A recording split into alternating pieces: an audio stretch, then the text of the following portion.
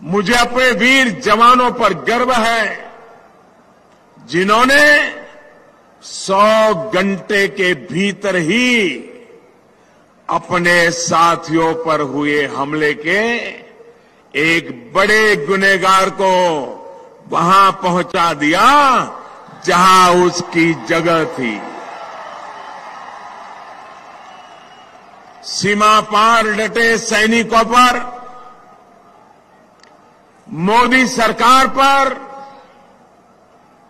और मां भवानी के आशीर्वाद पर भरोसा रखिए। इस बार सबका हिसाब होगा, हिसाब पूरा होगा।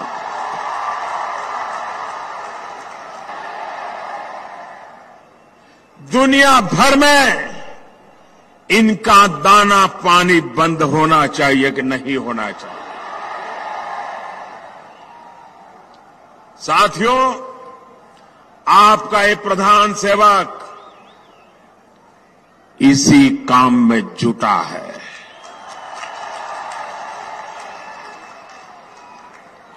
दुनिया में तब तक शांति संभव नहीं है जब तक आतंक की ये फैक्ट्री ऐसे ही चलती रहेगी।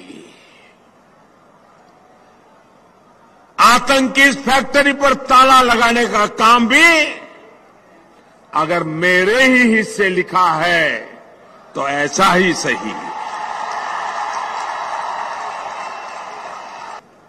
पुलवामा हमले के बाद आपने भी देखा है कि कैसे एक एक करके पाकिस्तान का हिसाब लिया जा रहा है।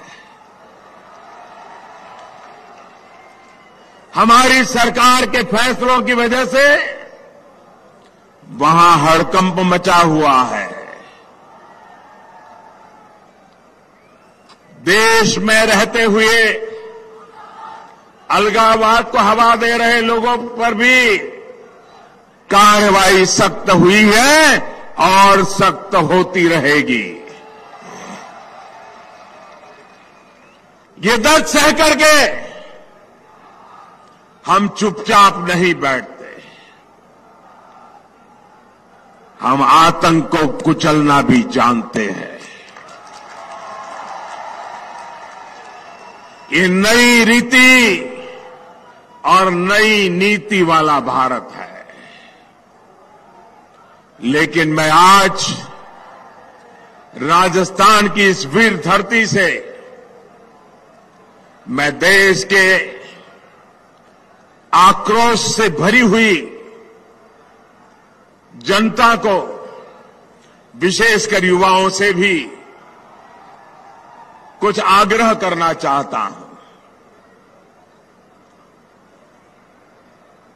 सेना को हमने पूरी तरह खुली छूट दे दी है।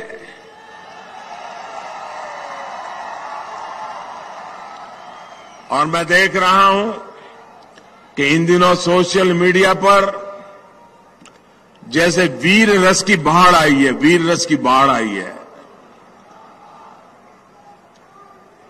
लेकिन भाइयों बहनों,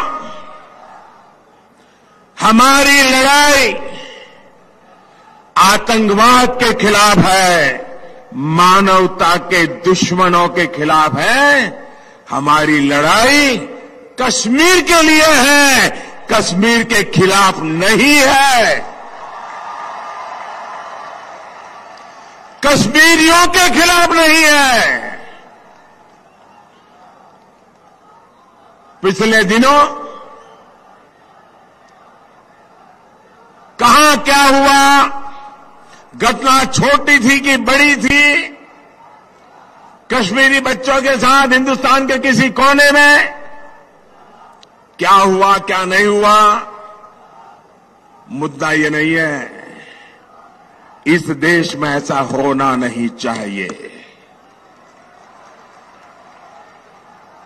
कश्मीर का बच्चा बच्चा वो भी इन आतंकवादियों से परेशान है, वो भी आतंकवाद को खत्म करने के लिए हमारे साथ आने के लिए तैयार है। हमें उसको साथ रखना है। आपने देखा होगा अमरनाथ की यात्रा, देश से लाखों श्रद्धालु जाते हैं। अगर उनकी कोई देखभाल करता है तो ये मेरा कश्मीर का बच्चा करता है, कश्मीर के लोग करते हैं। 1 साल पूर्व अमरनाथ यात्रियों पर गोली चली थी और आपने टीवी पे देखा होगा। उन यात्रियों को जब गोलियां लगी, वे घायल हुए, तो उनको खून देने के लिए कश्मीर के मुसलमान कतार लगा करके खड़े हो गए थे, हिंदुस्तानियों की जान बचाने के लिए खड़े हुए थे। आज भी कश्मीर में जैसे हिंदुस्तान के जवान मरते हैं, शहीद होते हैं, वैसे कश्मीर के लाल भी ये आतंकवादियों की गोलियों से शहीद होते हैं। और इसलिए जब कुछ लोग, भले वो 2 हो, 4 हो, 5 हो, लेकिन ऐसे लोगों की ऐसी हरकतें उन लोगों को ताकत देती है जो भारत तेरे टुकड़े होंगे गैंग वालों को आशीर्वाद देने जाते हैं। भारत तेरे टुकड़े होंगे इंशाअल्लाह इंशाअल्लाह, ये नारा देने वाले लोगों को, आशीर्वाद देने वालों को ताकत देने का पाप मेरे देश का कोई नागरिक नहीं करेगा।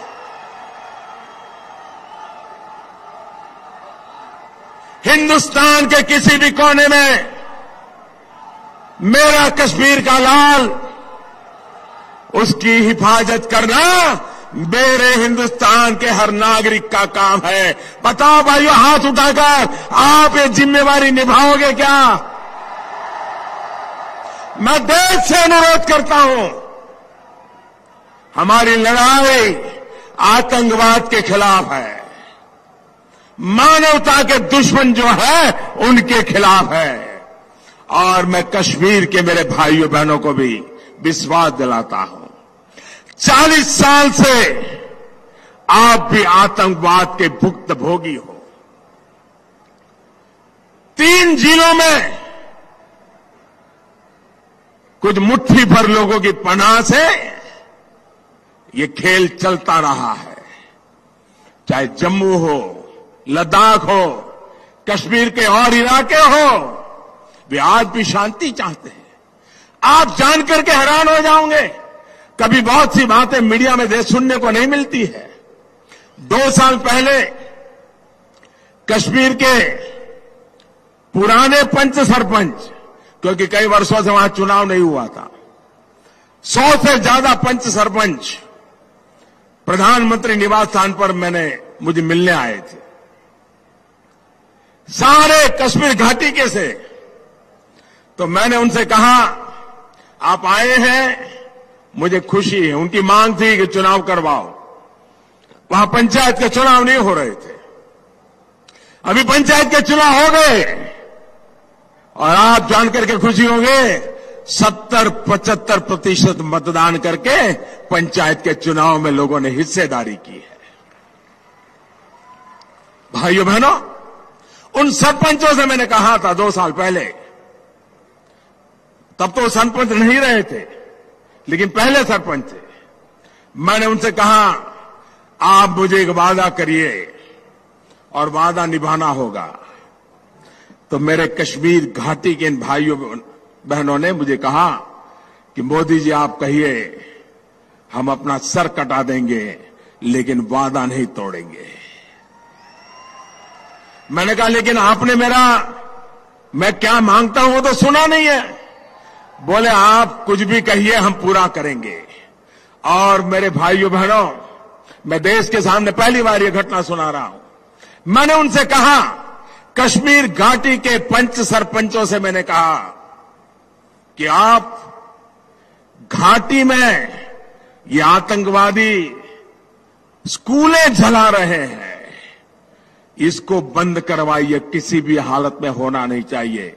सबके सब पंच सरपंच ने मुझे कहा कि मोदी जी, इसके बाद हम जान की बाजी लगा देंगे, लेकिन आतंकवादियों को स्कूल जलाने नहीं देंगे।